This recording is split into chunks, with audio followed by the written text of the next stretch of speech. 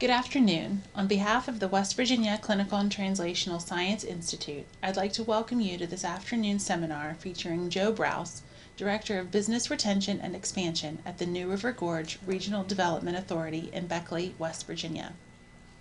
Mr. Brouse works to develop and circulate capital, strengthen the resources available to local businesses, and increase the region's competitiveness for business recruitment. Mr. Brouse is a graduate of Concord College and has a nearly 20-year career in banking and economic development. He has served on the New River Community and Technical College Steering Committee, Southern West Virginia Convention and Visitors Bureau Board of Directors, and the West Virginia Small Business Development Center Advisory Board. Today's visit was sparked by a phone call from Joe to our office last summer. He was inquiring about what kinds of research WVCTSI was supporting in the area of addiction in his part of the state. He is seeing firsthand the effects of addiction on the Southern West Virginia economy, and he is passionate about finding solutions.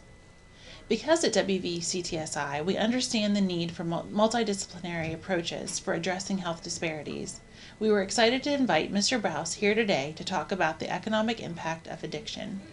Please welcome Joe Brouse for his talk, Snapshots of Addiction, Impacts on Economic Development, Workforce, and Quality of Place. Thank you. Thanks. Thank you. Thanks. Can folks hear me? Good. Okay, good. As Stephanie probably learned from the first, thank you for the introduction, from the first conversation we had, I'm a constant hand-wringer, always worried about saying the right thing, and I agonized a lot over this presentation, being an economic development professional with a history in finance and lending across the state of West Virginia, to come and talk about addiction, because I am not a healthcare professional or an academician in that field. So I stopped worrying about it, and the stories I will tell you are real stories.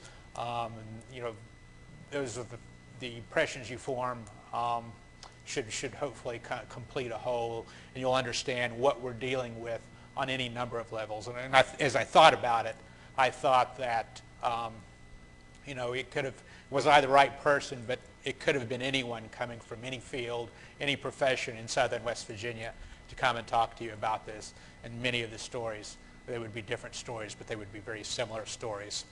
So much of my presentation will be very informal. I'm not a slide presentation guy, so I'll try to work my way through that. But the part I did prepare, I wrote out, I'm going to read, so I wrote it. You're going to have to listen to that part of it. In the days when the great labor organizer, Mother Mary Jones, was fighting for the coal miners of Paint and Cabin Creek during the West Virginia mine wars, she had become exasperated with the violence inflicted on the strikers by the coal companies who dominated the region at the time.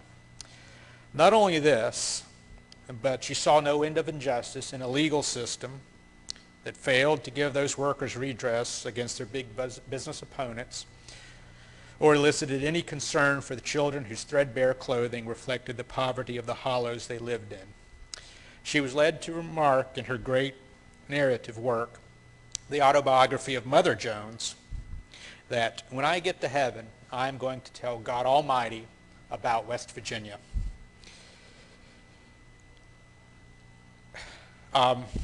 So you don't have to be on one side or another in those historical debates about West Virginia to feel the sense of desperation that comes in a statement like that.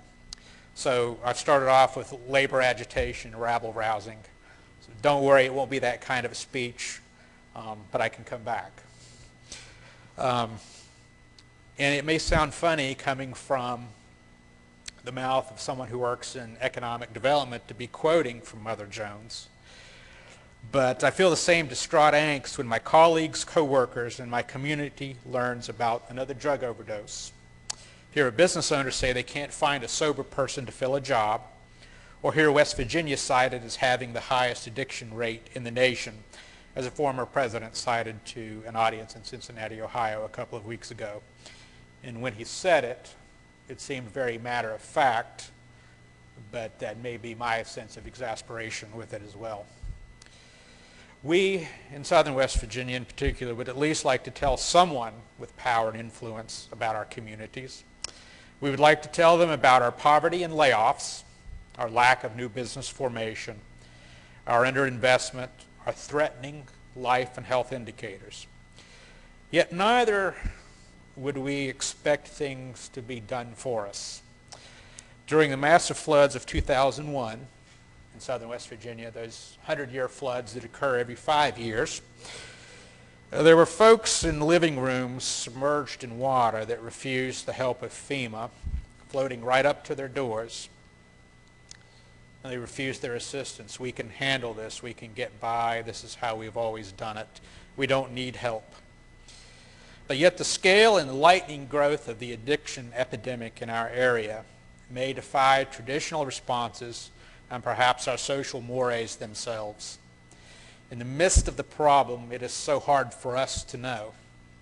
A snapshot of our region economically will correspond with our addiction rates and overdose deaths, and the arrow pointing forward at this conjuncture in southern West Virginia shows more of the same.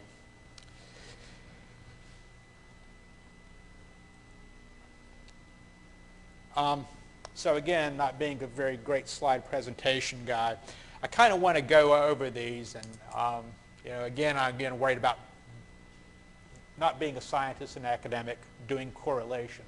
So the things I would show you, I haven't officially correlated them, but when you see them, it's probably going to look like a correlation.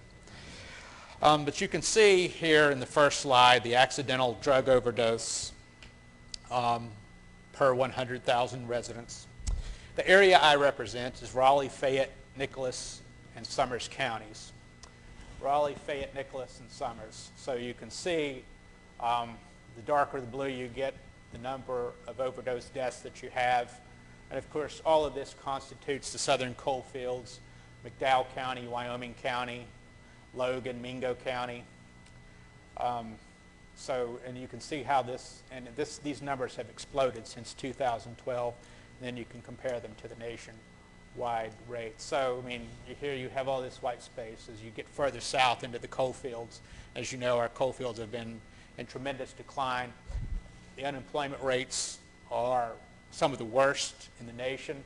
And some of these places have just been traditionally economically moribund, like McDowell County and Wyoming County. And in Wyoming County, for example, rail lines are closing. So what in a lot of these communities constituted the last really good job, or the people who lived in the homes that you, in certain areas you couldn't see them, but they were the better homes than some of the ramshackle places that you were accustomed to looking at when driving through. A lot of those people will be leaving, going to Tennessee to find work in their chosen profession. That will continue to drop the poverty, to increase the poverty rate there, to drop the average income in those areas.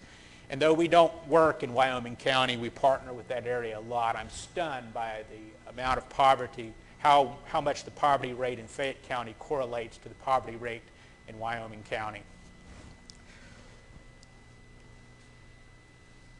I won't linger on this one for too long, but you look at the all-cause mortality rate, and you look and see where West Virginia is in terms, again, of per 100,000 people. There's a combination of factors. In some of our counties, some of the counties that surround us, at one point in time, life expectancy for a male was 64 years old. For a female, it was 68 years old. We have an aging population. Suicide rate, you'll see a slide on that. You'll see that number continuing to increase, and it's tremendously above the national average. So we have an older population. Many of those folks are dying off. We're not getting enough young people in to kind of reinvigorate these communities and help our economy. And at the same time, if you were to look at the traditional health indicators of heart disease, all of the lifestyle choices that people make that lead to early death. Over these past 10 years or so, you've also had this increasing, exponentially expanding rates of deaths related to drug overdose, which is adding continually to those numbers. So again, this slide here shows the annual employment growth. Again, you can see where the southern counties, the southern coal fields are in some of the economic indicators there are terrible. Raleigh County, because it serves as a hub for southern West Virginia, has fared better than most, but its rates of growth have never been dynamic compared to a lot of places, not only within the country, but within the state of West Virginia itself, because we were so heavily reliant upon the coal industry. But again, we were never particularly dynamic. So a lot of these health problems and things that correspond to poverty were growing not just in recent years, but over a many years period of time. And we're projected to do more of the same in terms of job loss in the immediate future. And thanks to John Deskins, who does with West Virginia University Bureau of Business and Economic Research, to do a lot of this, because he did a lot of this in particular for our area. So again, the projections going forward is this is going to get worse.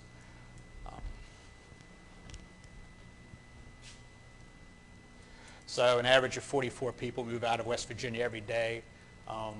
Don't know what the exact number is for the coal fields of West Virginia, but I would wager to bet that the majority of that are coming out of the southern coal fields of West Virginia. And when the people leave, they take markets with them. And when you don't have markets and people participating in communities, that really tends to hurt business investment. So you can see here where total employment has gone nationwide and where it is headed for West Virginia. Will folks be able to get copies of these slides? Okay. And again, this is probably worse in the southern coal fields. You can see employment growth by sector. The blue being the 10-year period from 2004 to 2014. The yellow being the projections made by Mr. Deskins, and you can see where those are going. Leisure and hospitality, tourism has been a big part of our economic development in the southern part of the state, with whitewater rafting and related and ancillary businesses. But even that is beginning to change, but it does represent some type of an asset. And those jobs, we're grateful for those jobs, but they're not the types of jobs that the coal industry paid $65,000 to $75,000 a year. And the other thing is to note that outside of, as John Deskins has noted before, outside of the extractive industries in the past 4 to 5 years, if it had not been those industries, our portion of the state would have experienced 0% growth over that period. So it just indicates how reliant we were upon on a single industry. So in this still, I could spend all day up here going over a litany of appalling numbers. 78% of all police calls in our area are drug related. 95% of all arraignments in Fayette County are drug related. And this, and outside of that being a shocking and appalling number, if some of you have read in the newspapers about our school system and the challenges that we have in terms of acquiring funding, students going to school in dilapidated buildings, and trying to get a bond passed, and trying to get this school building administration to come in and do those types of things. And you have pockets in the communities which are fighting with one another to try to get that funding. But that, this continuous, these cost of imprisonment, incarceration, is kind of squeezing those dollars even further, while severance taxes are in these counties in Fayette and Nicholas, even in my own home county of Raleigh, are experiencing tremendous budget problems that they haven't experienced in the past. And what this does in places like Fayette and Nicholas and all the surrounding counties, is it affects the services, it affects people laying off. And already a significant number of people are employed in these areas. They're having to shorten work weeks. Police services are reduced, and hard choices are going to have to be made. And EDAs, economic development authorities, get funding from counties that will affect our funding, affect our ability to do work as well. So we can see the extent of that problem. So we're fighting over education. So we're starting to talk more and more about the drug court model, in which people can participate in programs, have their record expunged. I don't know if anyone has heard of the Fruits of Labor program, which is based in Raynell in the southern part of the state. A young lady by the name of Tammy Jordan, who is a chef, opened a restaurant. She takes in young women who are going through drug court and puts them through a program where she's teaching them cooking. Not only teaching them cooking and being a chef, but to teach them professional presentations that you would see in some of your finer and high-scale restaurants. She's having tremendous success with that program. Other counties that are looking to implement the drug court program are coming to her and looking for some direction there. But it's exciting to see some of these young women take the professional pride in what they're doing and be given a second chance. So that represents some sense of hope and opportunity. One weekend in Nicholas County, they had experienced such a number of overdose-related deaths, and this is not the only county that this happens, but this just happens to be in our footprint, that there was little space not enough space in the small newspaper to accommodate the obituaries. They had to take those obituaries and extend them over 2 days. Why you suddenly had the overdose explosion in one weekend? Of course, there's constant overdose deaths, but that was one weekend there. Children living in poverty in our region, 25% of all children in poverty. Nicholas County, for example, timber industry has provided good jobs over the years, but that industry is up and down. One moment they need loggers and workers. We think we can employ coal miners to go into the woods, but then suddenly the timber industry goes down. Rates of alcoholism and alcohol addiction increasing tremendously. If you look at the numbers of addicts, they seem to explode from what we've seen in the southern part of the state from 2011 to 2012. So I want to talk now more about the anecdotals and the stories that I see, and hopefully you can see how those affect my job as an economic development professional, because when we're faced with all those economic challenges, those employment rates, it's about how do we attract businesses to our area that create good jobs, and how do we convince them that our area has people in it that are worth employing, that we have assets for those folks to work with. Because southern West Virginia is very challenged geographically, very mountainous. So it hasn't always been able to get the traditional infrastructure that business development needs. So we start off behind already, but that's not to say that we don't have space. We don't have space for mid-sized employers and that we can find people to bring into our business parks. Our business parks are tremendously challenged. They're challenged all over the country. So this gives you kind of a sense of what we have to appeal to somebody looking from the outside to say, come and invest in West Virginia, come and invest in our workforce. One of our communities, we work with West Virginia State Extension agents. We share those with West Virginia State, and they work in each one of our counties. And when visiting with one of our communities with one of my agents, he took me through the residential neighborhoods, and Richwood was once a place that was a flourishing community. People wanted to go there, but the houses were older. You could see one kind of decent-looking house, maybe another dilapidated house that needed to be torn down. Here you would see a house that had been burned out. And so when did that happen? Well, that happened this winter. And that house on the hill overlooking it had also burned down. And it didn't take much imagination to figure out what was occurring in those homes. People were cooking in there, cooking illegal substances, and then the fires that resulted destroyed the property, which continued to put already challenged property values down further. But we have to try to find people to invest in these communities. So you can imagine how hard that makes it. And I had seen, driving in other parts of the coal fields outside of our region, very similar things over the years, trying to work in those regions, trying to generate some type of business activity or entrepreneurial effort. And when my extension agent was showing me these things, I was not surprised, not shocked when, most people coming from outside the area would be shocked to see this. Would be shocked to see the degree and the severity of these burned out homes. For me, it just simply made me tired because there was so much of it. Yes, I'd seen it before, but I was seeing it over and over again. In terms of public space, from an economic development standpoint, public space is very important.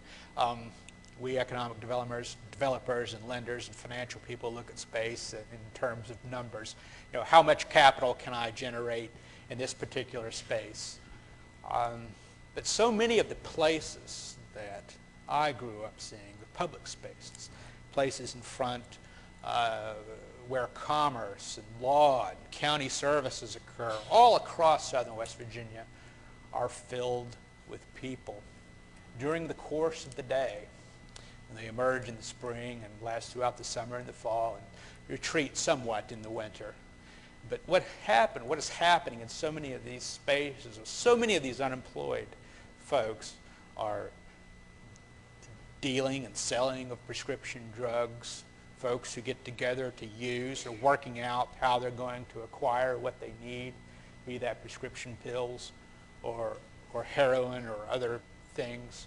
They occupy abandoned firehouses, and they occupy some of these dilapidated spaces that you see. All of the things that we work to try to develop and try to attract money to in order to improve the community somewhat. And these folks, they have the right to the commons. They have the right to this space. But when the activities occurring in those spaces are detrimental to health outcomes, then we have to address that problem.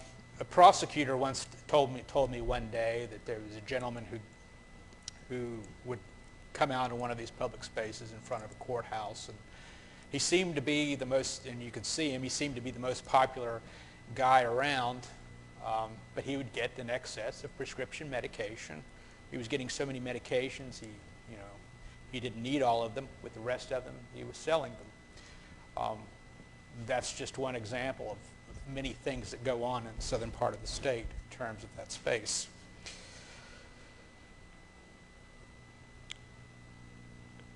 So again, people have the right to these spaces and commons, but the question is, why does it have to look this way? The economic imperatives of our economy in southern West Virginia dictate that we truly focus on diversification. That's our end of it, on the economic development side.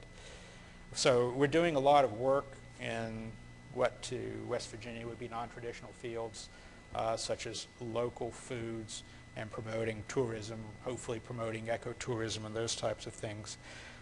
And though that work being done on the ground is important, it has yet to be transformational. And so meanwhile, we have this increasing addiction problem going on where we're trying to reinvent ourselves. So we focus on quality of place and quality of life.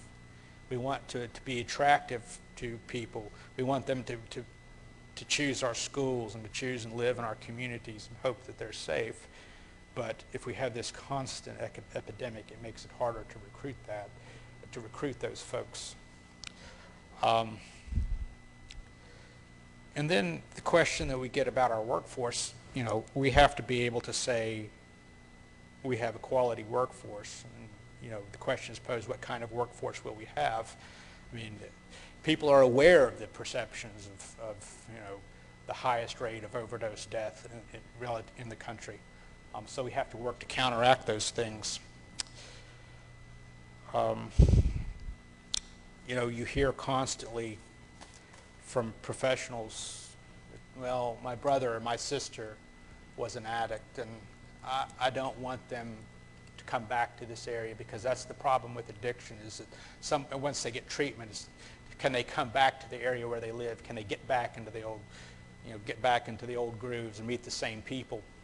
And then and have we addressed the economic situation? Will they have, meaningful employment to go to? These are questions that we ask ourselves. As a banker, I work with a health clinic, primary care health clinic, and when you look at our outcomes, there's no greater need for these types of services than in the southern part of the state of West Virginia. And the clinic that I worked with had about 5 operations throughout the state. And in banking, the rule is that you have to prove to the banker that you don't need the money before you get it. So, the companies that we work with and lent money to, they had to demonstrate reasonable repayment capacity and show cash flow and all these things that finance people and bankers talk about. And so they were a strong operation. And then one year when sales seemed to change, or their revenue numbers seemed to go down a little bit, I wanted to know what was happening. And they were still a profitable operation. But we had to, they had to close this operation in one of those counties that I showed you, due to the fact that they were concerned about the liability, about the drug deals going down in their parking lot, that now we don't have this primary care clinic in this particular community. And that's a loss. And not only is it because of addiction, but it's because people that have these other health problems, they need access to these things. But now that's no longer there.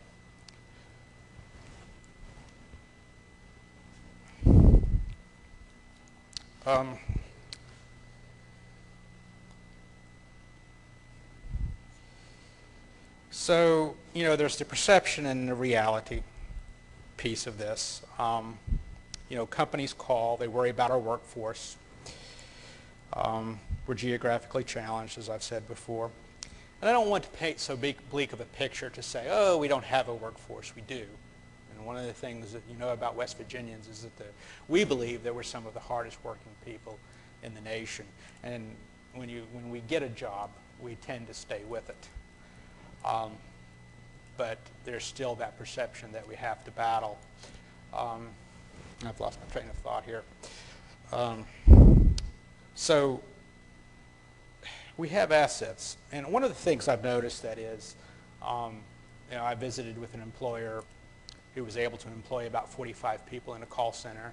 Not a fantastic job, but I said to them, surely you must have problems finding people that can pass a drug test. No, we didn't have that problem, but we tended to recruit people who were aware, who were internet savvy, who were aware they could find the jobs, that could use Monster, that had access to those types of resources and knew how to navigate them. We still have so many people that can't do those types of things in order to demonstrate their worth, simply because they can't afford to have access to many of those things. And we have other assets from our workforce boards in West Virginia. We have training dollars in which we would subsidize the training of employees for existing employers and potential employers that wanted to invest in the southern part of the state.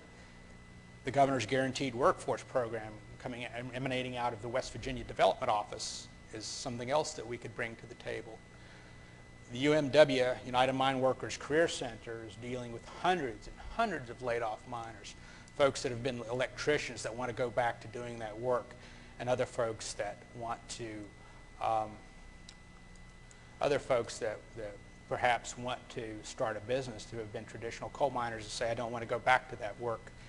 And there are training dollars involved. There are training dollars available for those folks. We work with UMW Career Centers all the time trying to place people.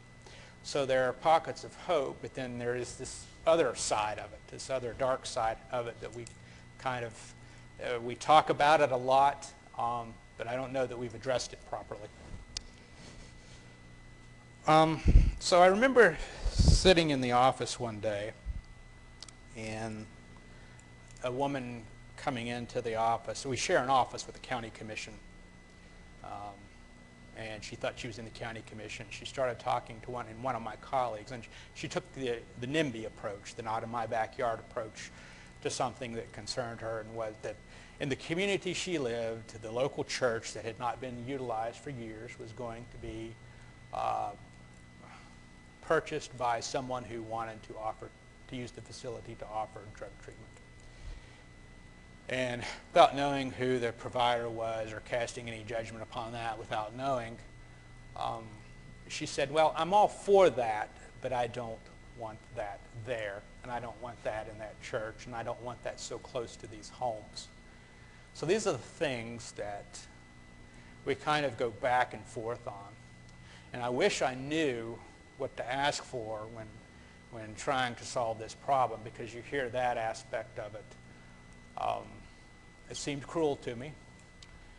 But then, we hear all the time, well, somebody had said at one of our economic development summits, well, we need to build treatment centers as economic development. And this will employ people. This will bring people jobs, and you're addressing the problem at the same time. Okay. And someone else within our community will say, no, you don't want treatment centers, and that's going to be very bad for your economic development because that indicates the depth of the problem, and it tends to attract all sorts of unsavory characters, et cetera, et cetera. And these are the kind of things that professionals go back and forth on all of the time.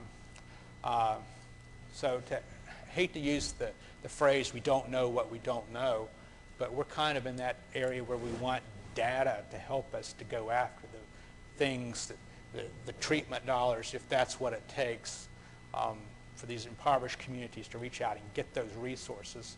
We realize that we need data. We need to codify our data to do that. Do we build the treatment centers? Can people come back to our area?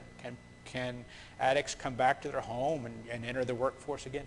Don't know the answers to those questions. Well, treatment centers. Well, there's the one in Charleston, which is a private pay center. It's very effective. It's highly effective. But you must be getting middle class and upper middle class folks coming through there. What about this tremendous mass of dislocated and impoverished people with generally bad health and suffering from depression and potentially prone to suicide? What's the solution for them? What kind of treatment do we construct for them? Well, the government treatment centers, they don't do a good job. Someone needs to be able to tell us and to show us the direction in which to go, and we will put every effort in going into that direction. So I've said a lot of things. I've been all over the place, but I hope that you can see my frustration. Again, I'm not a medical professional. I've tried to show what's happening to just individuals' health and the importance and the worth of these individuals, but also it goes hand in hand with trying to rebuild a place where people will want to invest so that we can begin to do those things. Quality of life and quality of place is about trying to make our communities livable. Ideally, what we would like to do is to attract dollars, promote our tourism, adventure areas, our historical sites. That will take effort, and that effort falls upon us as leaders, politicians, and economic developers. But ultimately, if we can improve quality of life and quality of place, then maybe we begin to, for example, attract tech jobs to fill up our business parks. And because the people coming to those jobs, they're going to want to live in communities with good schools and communities where you don't have crime related to addiction and you don't see addiction as ever present. So, the road ahead looks bleak. There's two different problems: economic development in our area and addiction. But they are so interrelated that we have to apply every resource to addressing both. I'd like to address this addiction problem while we're addressing the economic development problem. So with that, I'll conclude and take any questions.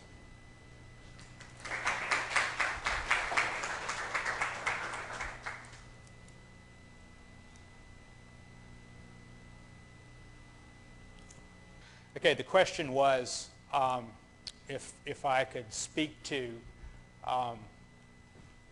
the nature of the economy in the state prior to when we first began really feeling the impacts or even noticing addiction.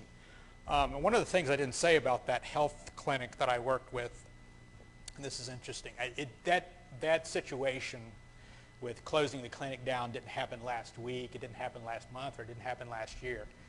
That situation happened 10 years ago before we began to realize and understand the extent of the problem. And that was 10 years ago when I worked with that company, and they had to do that for that very reason.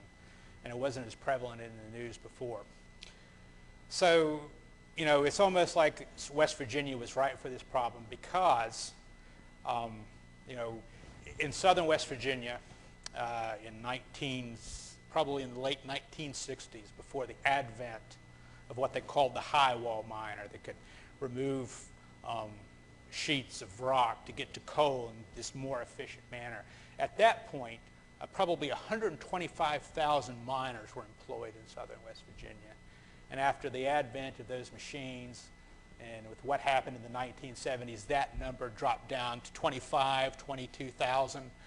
And with that, you saw a tremendous outmigration of people. But you don't have these outmigrations of people if you have a dynamic and vibrant economy. So at that point, we still had, we still had tremendous problems, and we still had people leaving, and people leaving contribute to further decline as well. That number of 22,000 miners from that period of time has probably dropped down to about 5,000 now in the southern part of the state of West Virginia with the recent decline in coal. If you were to drive through these communities, you would see businesses related to servicing the coal industry, but you would drive through these communities and see places where a lot of wealth was created, but little wealth was left behind. So that we weren't building alternatives during that period. We weren't diversifying. We talked about it, but no one was really willing to do it outside of those extractive industries. So the economy, labor force participation rate. Everyone talks about the labor force participation rate. It's something like 62% nationally, and it's one of the lowest ever. So West Virginia's labor force participation rate is 49%. Well, okay, well that seems to be, okay, yeah, we're West Virginia. We're going to be behind on the national average. But the problem with that labor force participation rate in West Virginia, even the national economy's done this, it goes through its boom and bust cycles. That lowest labor force participation rate has been the lowest in the country since 1976. So it wasn't Shangri-La before all of this started. And it made us more open and receptive to these types of problems. And it would be interesting to know what the incidence of alcoholism were during that period before the introduction of the harder drugs and the prescription pills, et cetera. So, yes, ma'am.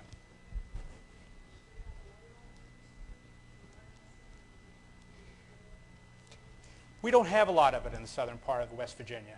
We don't have a lot of it. We have some. But the companies I meet with are now going to come this direction because that's where the opportunity is. And if you talk to the people in that industry, if you look at where the price of natural gas has gone, its ability to be transformational has, there's so much of the Marcellus shale that there's just so much overproduction that it's not creating the jobs. Many of those companies are heavily indebted with the idea that they were going to get this out of the ground quickly. So we don't see that as being transformational in our area.